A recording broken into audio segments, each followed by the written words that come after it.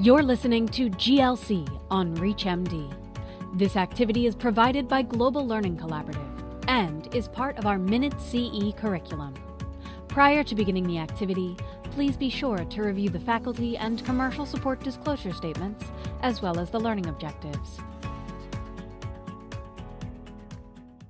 Hello, I'm Dr. Malachowski. Here with me today is Dr. Randy Englert. Today, we're talking about long-term management strategies for ASCVD. Randy, why is it important to plan for extra innings and to be prepared for long-term lipid management in patients with ASCVD?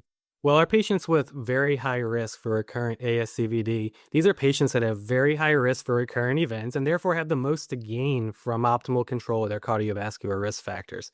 When you're looking at patients who are considered very high risk for recurrent events, they are 3 times more likely to have a recurrence than patients who are not considered at very high risk for recurrence. Additionally, when you're looking within patients that are very high risk, those that have had 2 major ASCVD events were twice more likely to have a recurrence than those that are still at very high risk but have not had 2 major ASCVD events. This is a population that has a substantial amount of risk that requires longitudinal care. And so I know the focus of our discussions is going to be on lipid management, but this is a population of patients where we have to make sure we're optimizing control of all cardiovascular risk factors, hypertension, diabetes, making sure they're having healthy lifestyle. So eating a healthy Mediterranean diet, they're regularly exercising, their weight is under good control, and they're not smoking. And so in addition, the long-term management of the lipids is going to ensure that you have a structured regimen for monitoring those lipids.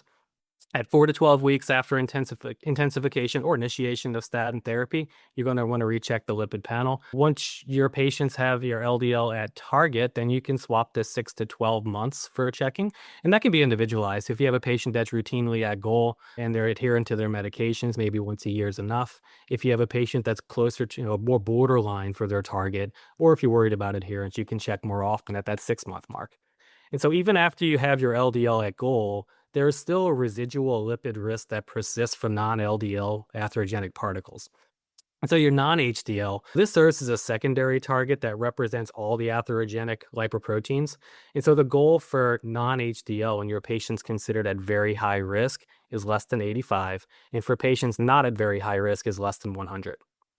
Apolipoprotein B identifies patients with persistent atherogenic particle burden despite LDL control. And really think about this for patients that have diabetes or metabolic syndrome or persistent triglyceridemia.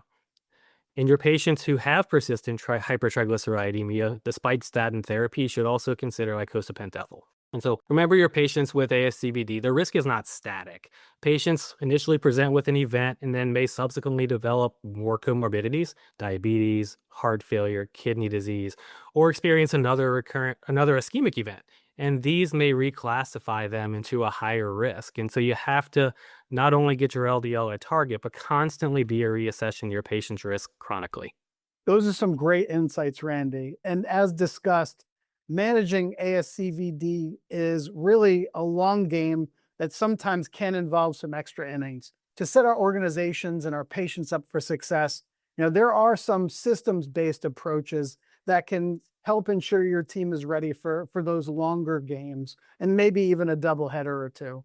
Some optimizations that can occur in the EMR. Some of our colleagues at Yale have developed the Prompt Lipid EMR integration. We have Prompt Lipid here at Ochsner Health, and it helps standardize our identification of patients, as well as helping to ensure we're appropriately checking labs and ordering agents that are going to provide the greatest benefit to our patients. There are also ways to create registries that identify these patients and ensure that we're able to follow them longitudinal, but also see how the organization does with our long-term outcomes. How effectively are we getting their LDLs to goal? And then how is that translating into improved patient care? Are we able to drive some of those other key ASCVD outcomes with our management strategies? And where do we need better change management operations and additional PDSA cycles to ensure we're getting the most bang for our buck? And finally, good pharmacist follow-up can also support the team in those longer innings. being able to contact the patient, make sure that they're not having side effects, make sure that they're able to afford their medication, and then make sure they really understand the why behind these care decisions.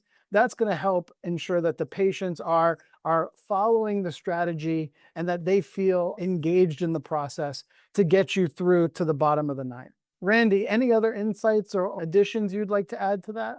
I'd just like to elaborate further on the point of care tools. And so these tools are useful at the bedside when you're having the discussions with the patient. So not only is it the reminder to check the lipids, to intensify the regimen, but it's something that's also actionable. And so more than just an alert. So something that allows you to, within 1 or 2 clicks, recognize that the patient's LDL is above goal and take an action for it. And so tools like that are going to be the most benefit for patients, especially if you're making this easier for the docs at the bedside.